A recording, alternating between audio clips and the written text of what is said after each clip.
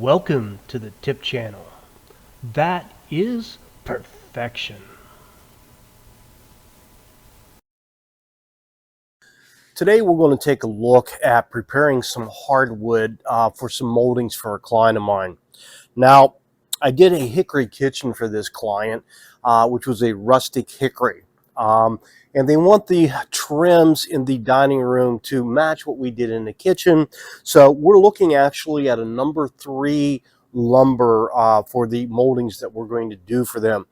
Typically, I buy FAS. FAS is for cabinet building, and FAS is going to be a combination of a number 1 and a number 2. Number 1 being clear of any knots and what have you. It's basically, some people will refer to it as a select lumber.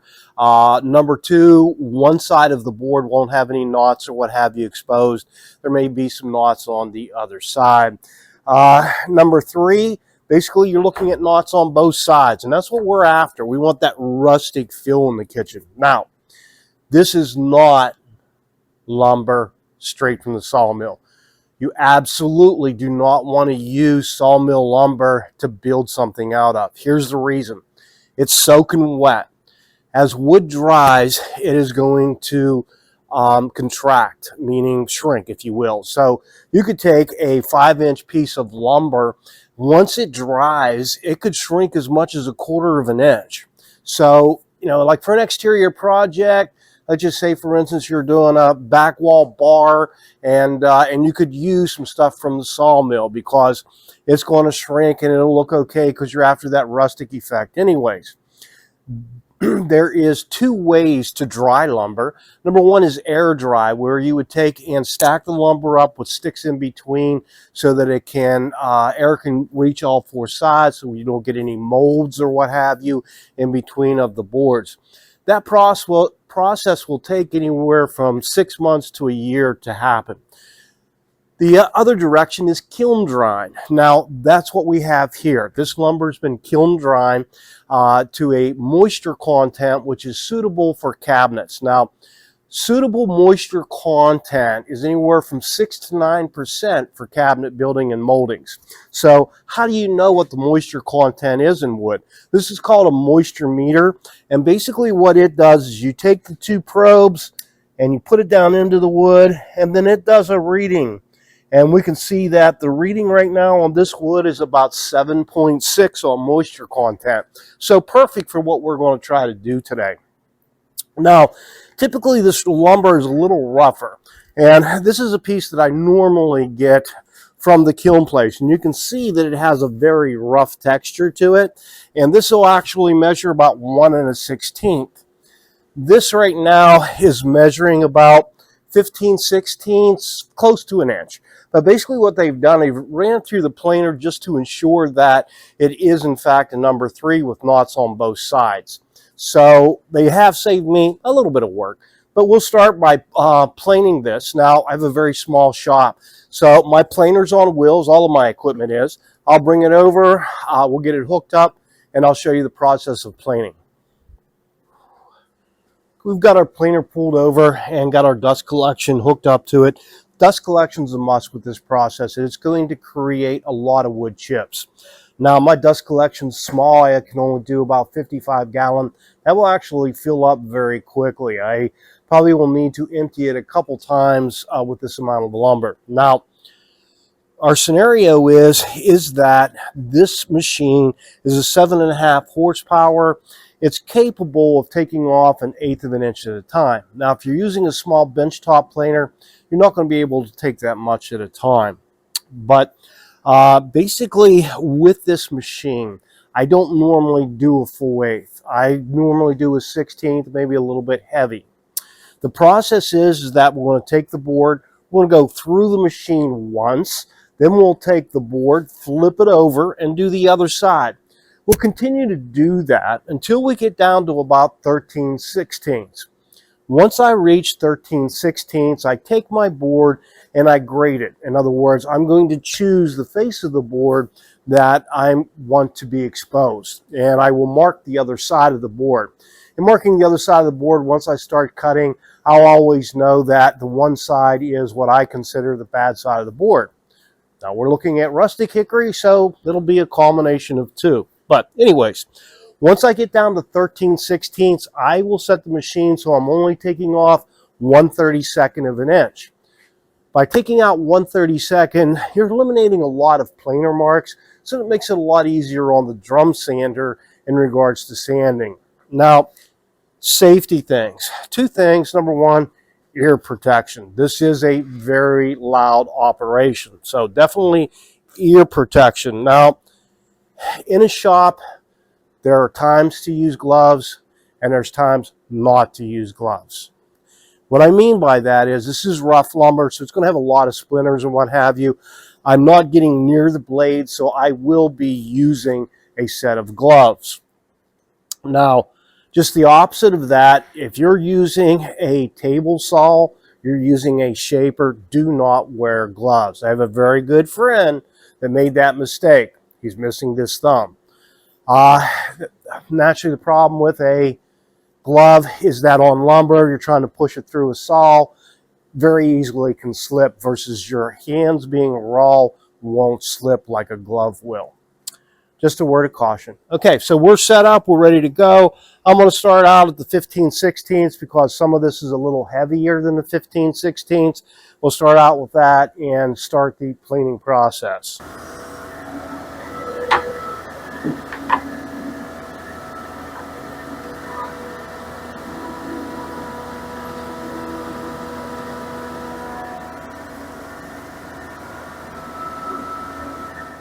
We've just finished planing our wood. We went through the planer 5 times, one at 15/16, one at 7/8, one time at 13/16. Then we switched to 1/32 of an inch pass and did 2 1/32 of an inch pass. So the scale on my planer is at 3/4, but that's actually, I have it set so that it's about a 1/64 of an inch heavy. That will give me enough for sanding. Now, this is a 24-inch wide belt sander made by a company called Woodmaster Tools Incorporated, which is actually still in business. It is an older machine, but it still works fantastic. So it's a 24-inch single drum sander. It has about a 5-inch diameter drum inside of it. Now, I could take the time to put 80 grit sandpaper on here, run my boards through once or twice, and then drop it down to 120. I find that to be a big hasslement, so I just run 120. So I'll run this through 4 or 5 times, so we'll have probably just as much time in it as what we did the planing. Planing took us about 2.5 hours. I had to empty the dust collection 3 times. Anyways, we're ready to start the sanding process. As I mentioned, we'll go through here 4 or 5 times, and that will give us a 120 sanding on the wood. Once we've actually cut the wood down to size, then we'll go over and use a palm sander with a 150 grit paper. Now, I never go past 150. Reason being is that once you go past 150, you're actually polishing the wood, and the wood no longer wants to take stain.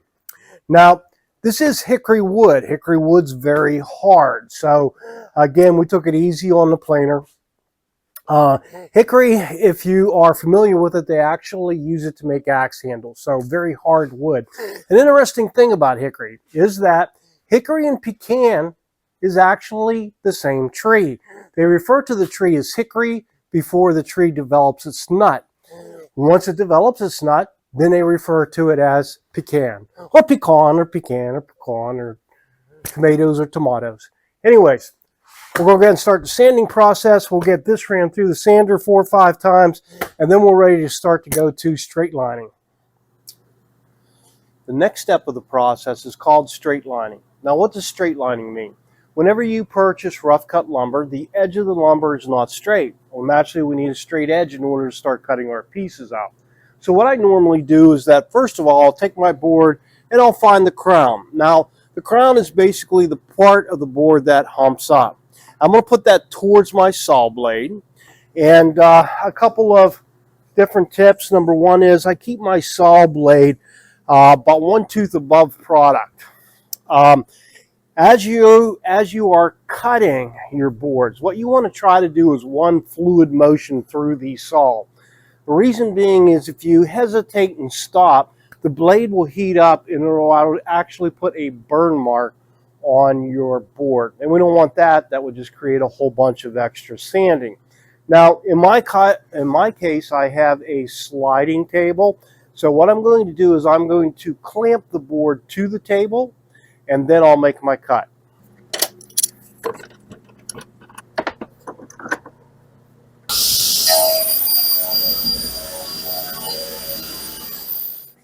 We finished our straight lining, and now we're getting ready to start our baseboard for the room. Now, keeping in mind, we want to keep this very, very simplistic, something that could have been done in the early 1900s, say, in patch houses. What's a patch house? Well, they were called patch houses, they were called company houses, but basically in our case, what it was is that there was coke ovens, and this company had carpenters build houses, and they were basically a duplex house. Duplex house had one family on one side, one family in the other, and they typically had 2 bedrooms, a living room, a kitchen, and 1 bath. Now, a kitchen back then was a 5-foot metal sink base, a stove, and a refrigerator. And I can tell you, my mom put out some meals that were amazing in that kitchen. The ladies are so spoiled today. Anyways, baseboard. What we're going to do, normally we do very fancy shaper bits to create different pieces of trim, such as maybe something like this one right here. But in our case, again, we're going for that old world simplistic look. So we're going to do a 3/4 inch quarter round all around the floor, and actually that can be changed as flooring is being changed. The baseboard itself, again, we're going to do a round over on the top of it, exactly the same as our 3/4 round. So very simplistic. This shaper has that 3/4 inch quarter round bit in it. So we'll start making our base. That created a whole bunch of sawdust. You want to know more about the company? Sure. The company also built a company store. So you worked for the company in the coke ovens, you rented your house from the company, and the money you made, you spent in the company store. So the company made out like a fat rat. This brought forward a lot of songs, run by Tennessee Ernie Ford. I don't think he wrote it, but he did make it popular. And it went something like this. I load 16 tons, and what do I get? I get another day, oh, to get deeper in debt. St. Peter, don't you call me, 'cause I can't go. I owe my soul to the company's stall. Do, do, do, do, do, do, do, do, do. Hey, you gotta have a little bit of fun. What? You tried planing and sanding for 5 hours. This is Wendell, by the way. Now for the trim in this room, we're going to go old school. So we have our header across the top there and 2 pieces of casing. And all I'm going to do here is I'm going to soften the left and right edge of that casing. Just do a little bit of a round over. And I'm going to use a router to do that. And you can see that this bit is rounded. This will give us approximately about 1/8 to 3/16 of an inch round on the edge of the casing. Okay, we are ready to start sanding. Some tips for sanding: hire somebody else to do it. Everybody hates sanding, but it's a part of the job that's got to be done. Now, as you're sanding, a couple different things is let the tool do the job. You do not force the sander. You don't need pressure on the sander. All you're doing is moving that sander back and forth. Allow the sander to do the job.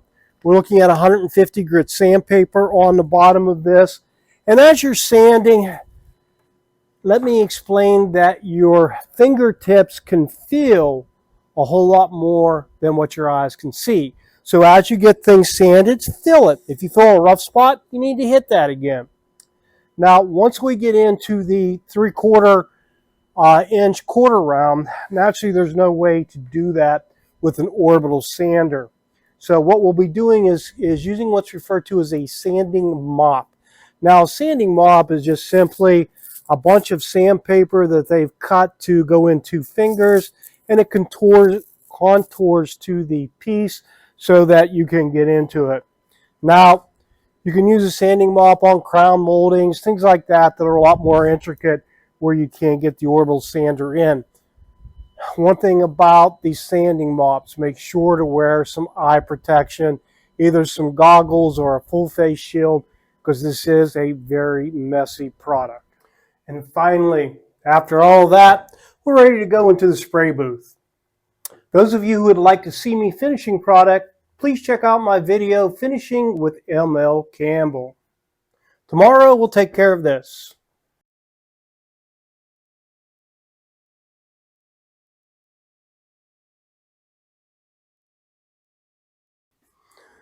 So, how did our moldings turn out? This is the tip channel. That is perfection. What? It ain't cocky if you back it up. I hope you enjoyed the video. If you found it informative, please like and subscribe, and have a great day.